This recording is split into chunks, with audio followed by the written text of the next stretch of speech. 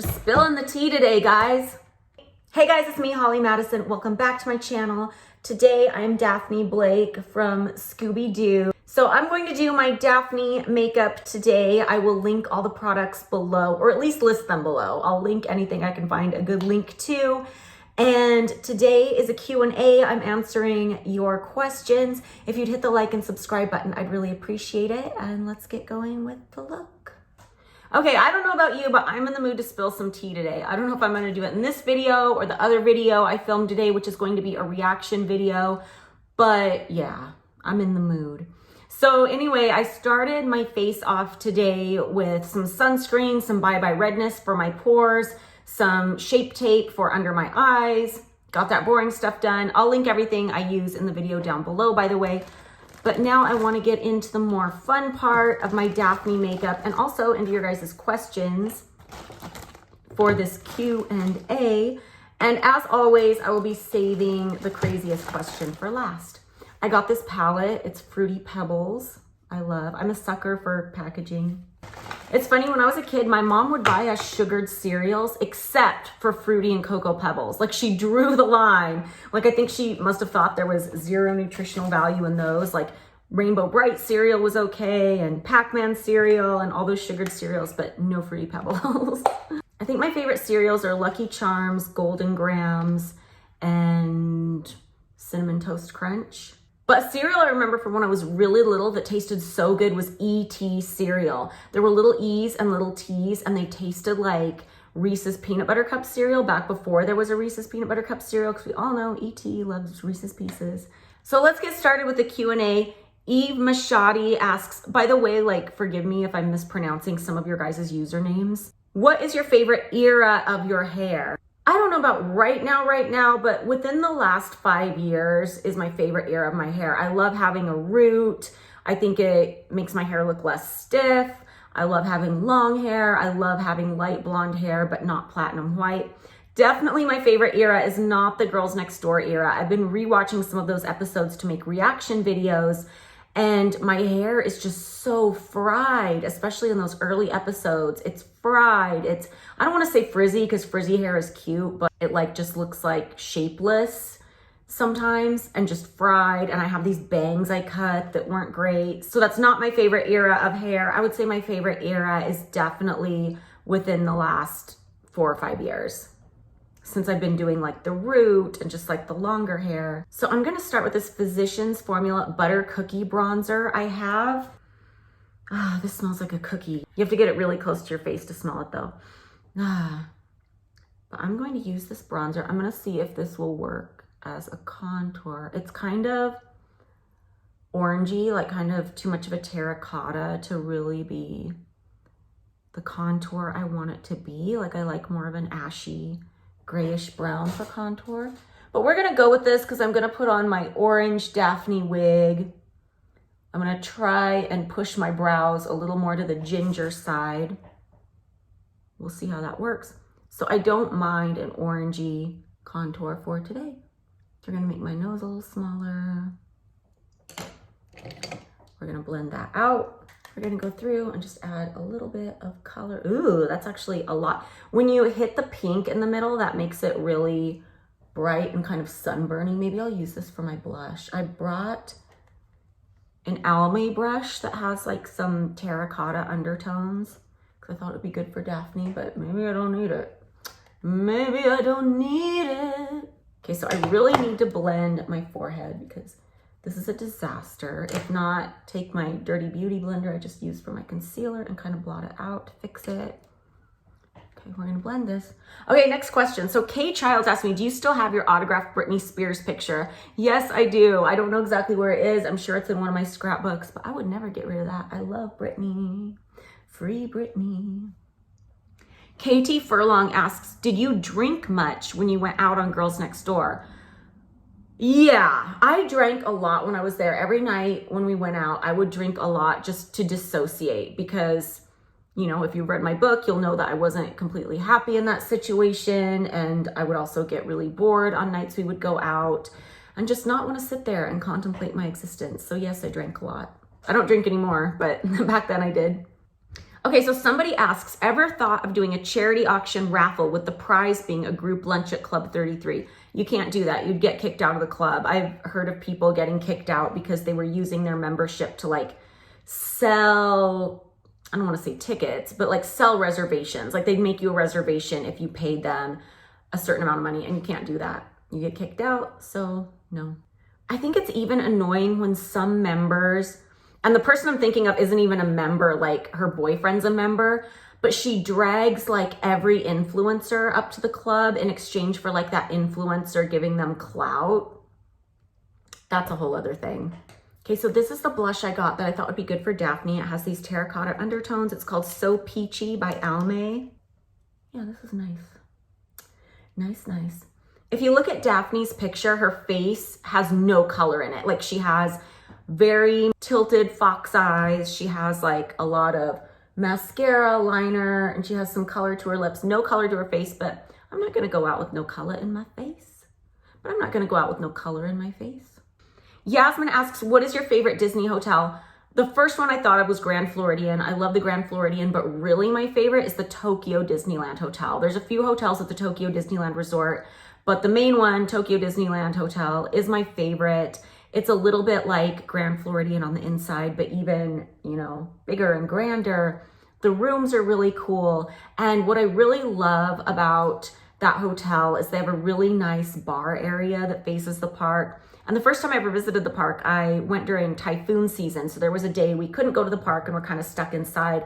And it was just really nice and really cozy to be in there, and you see the rain outside and, you know, just sipping a cocktail. And also in that bar area, they have the morning breakfast buffet, which I just love. Like the food was so good and there's just something like so cozy about it. And it was just like this routine that I loved.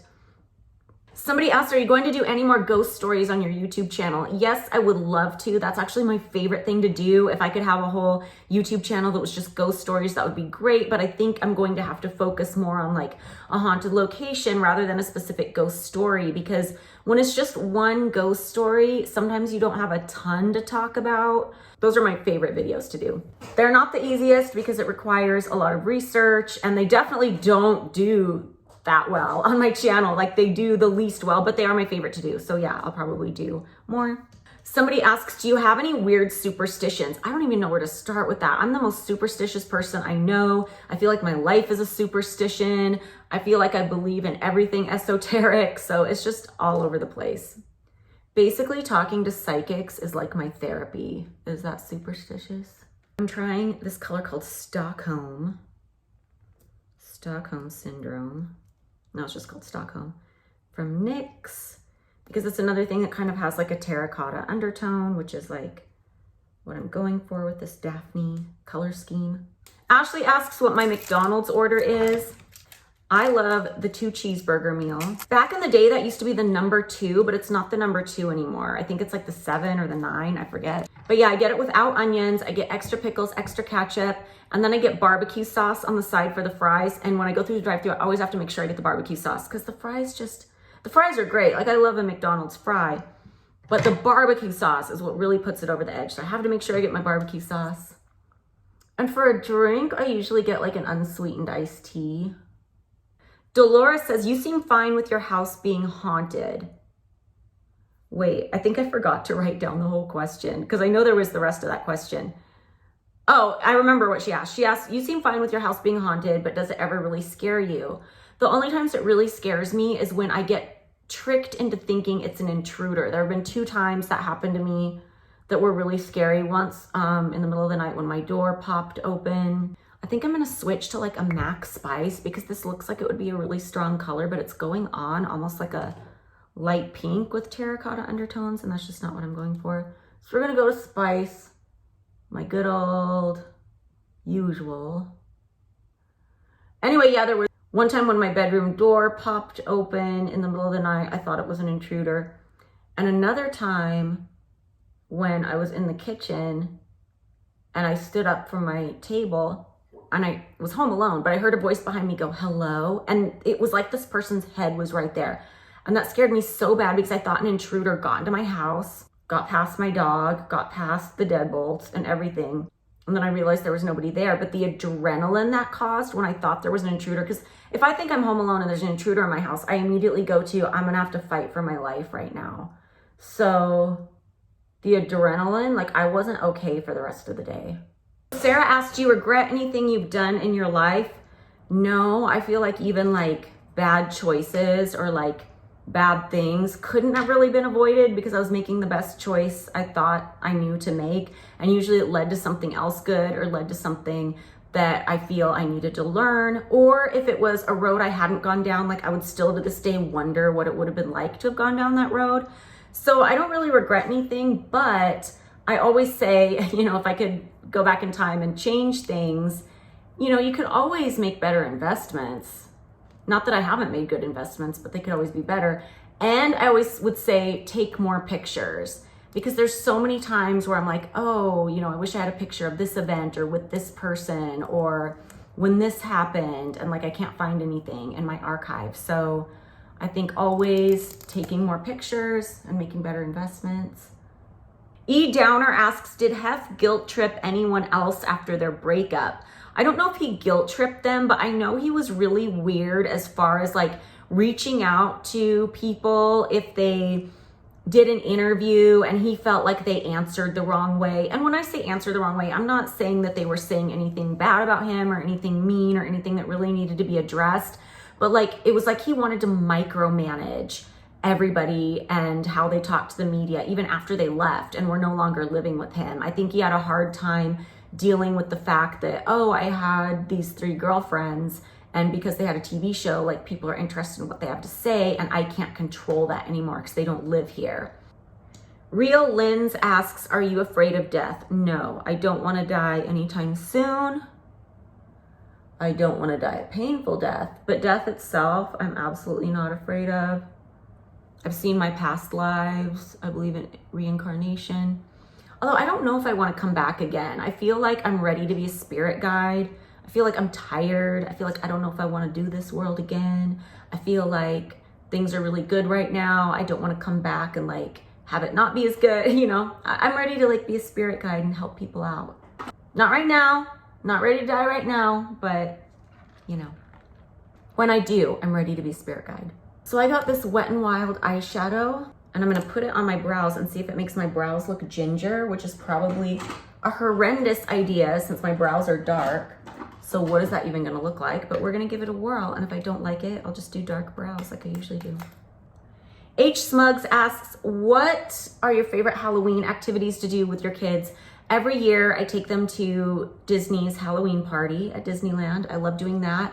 I love carving pumpkins, and I love making Halloween treats and Halloween gingerbread houses. I already bought all the stuff at Target. I'm ready to do it. I love doing a pumpkin patch. How does this look from a distance? Paula asks, what shampoo and conditioner do I use? I don't use anything special. Sometimes one of my hairdressers will like give me a nice shampoo, so I'll take that home and use it. But really, I just get like the 365 stuff, the generic stuff at Whole Foods. I like the mint, it smells really good. And for extra hair care, I do use Olaplex. So that's something nice that I use. But shampoo and conditioner, I just get like the generic stuff from Whole Foods. I think I'm gonna roll with my ginger brow. Might do the other one off camera because I feel like I'm running out of questions and this is getting slow. So we're gonna set those brows in place. So Shayna asks, what was the second name choice for your daughter? I don't remember having one. I just remember being pregnant and then all of a sudden remembering that I used to go to school with someone named Rainbow, and I loved that name. And it was never a name I thought of as a baby name before. It was just a name like, I thought, oh, I wish that was my name. But once I was pregnant, it just like airdropped into my head, and I got the feeling that my unborn child really wanted to be named Rainbow, and I loved that name. So that's where it came from. I don't think I had any second choices really sitting around. I know like when I would always think about like what baby names I would like before, I always like Disney princess names, but I usually like those as like middle names like Aurora or Belle. Look at this cute packaging. And Rainbow's middle name is Aurora. But I did always like the name Daisy, so that was always kind of floating around as well, but I never really thought of it specifically for Rainbow. For my highlight, I'm gonna do Milk, which is silver. That should be interesting. Ooh, that's bright. when I'm doing like a Halloween costume makeup, I do always like it to be a little brighter and more showy than like the actual thing I'm trying to be, just because usually when you go out on Halloween, you're going out and it's dark and you want your makeup to pop in photos. So yeah, I know Daphne, the cartoon character, doesn't have like a silver brow bone, but you know what? We're going with it. For the crease, I'm gonna do Fred, which is orange, and then I'm gonna pile Yabba Dabba Doo, which is green, on top of that. So Fashion La Glam asks if I still draw. I do. I draw for my kids. Like my son was making a pirate hideout the other day out of magnetiles, and he wanted me to draw like little paper dolls for him, like pirates and all the pirate accessories and the pirate furniture. So that's what I was doing yesterday. The green isn't going on as easily as the other colors did, and it's a lot lighter than I thought it was going to be. I like pairing the Fruity Pebbles with the Scooby-Doo because it's very Saturday morning cartoon vibes. Okay, I'm going to do my liner off camera using the old trusty Tarte Double Take. Gonna do a wing. I'm gonna take this Purple Sweet and do under the outer corner of my eyes. And I'm going to mix the two Purple Sweet and charge it. Charge it? What does that have to do with Flintstones? Somebody tell me in the comments below. I'm going to do like the outer corner of my upper lid. I love the mixture of orange and green and purple.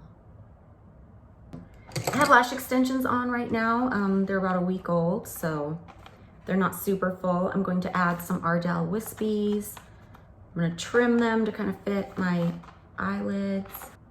Take this lash and just randomly kind of chop through to get a little less heavy.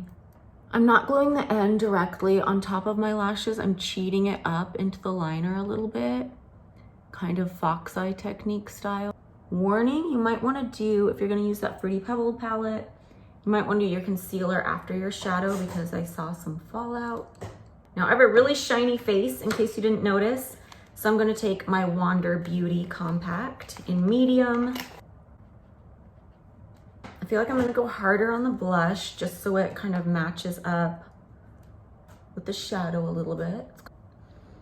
So Wifey B 2019 asks, was it hard to film with Zakk? It was cute to watch you two be professional. No, it wasn't hard to film, but it was fun. And you can see in the Ghost Adventures episode, I'm giggling a lot. And part of that is just, it's funny to be filming with him, but we're like doing all the COVID protocols, like masks and 6 feet away and all the things like that. So it's just kind of funny.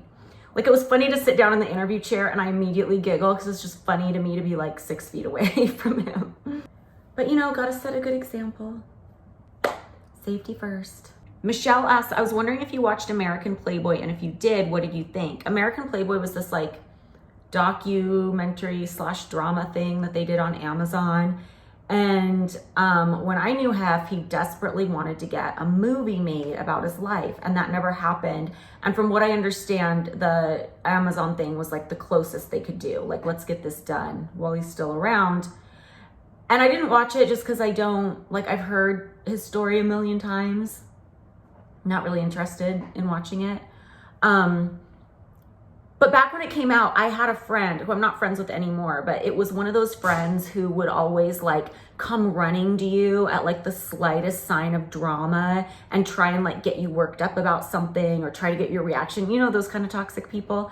So she was like, oh my God, this thing on Playboy just came out on Amazon and they did you dirty and they just skipped over you and you're the only one from Girls Next Door they didn't mention.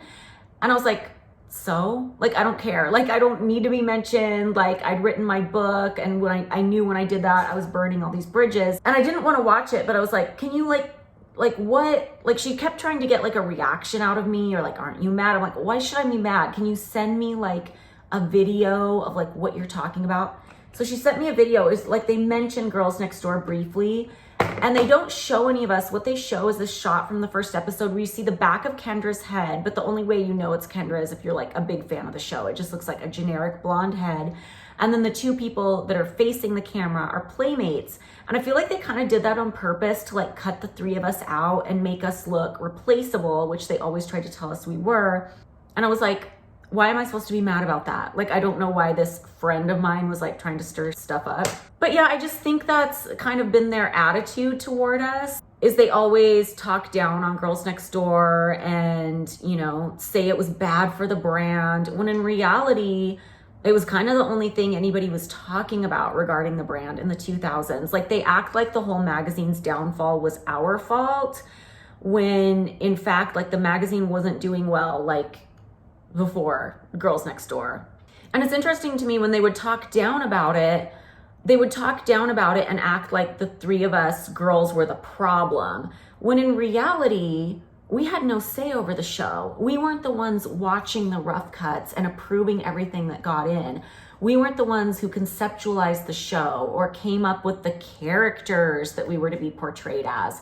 We weren't the one who came up with that whole relationship and that whole program that we were in. Like, that had been going on with a whole couple different casts of characters for like 4 years before I ever came along.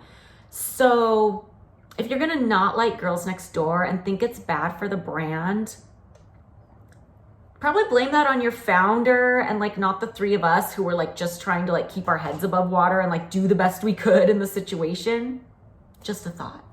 So the last question, and this was really interesting. I actually DM'd with this person to get like a little more information on what she was asking about. And I might talk about this more when I review the 4th episode of Girls Next Door in season 1. That might be my tea video. Mary asked, was there really a 4th girlfriend that was not featured on the show?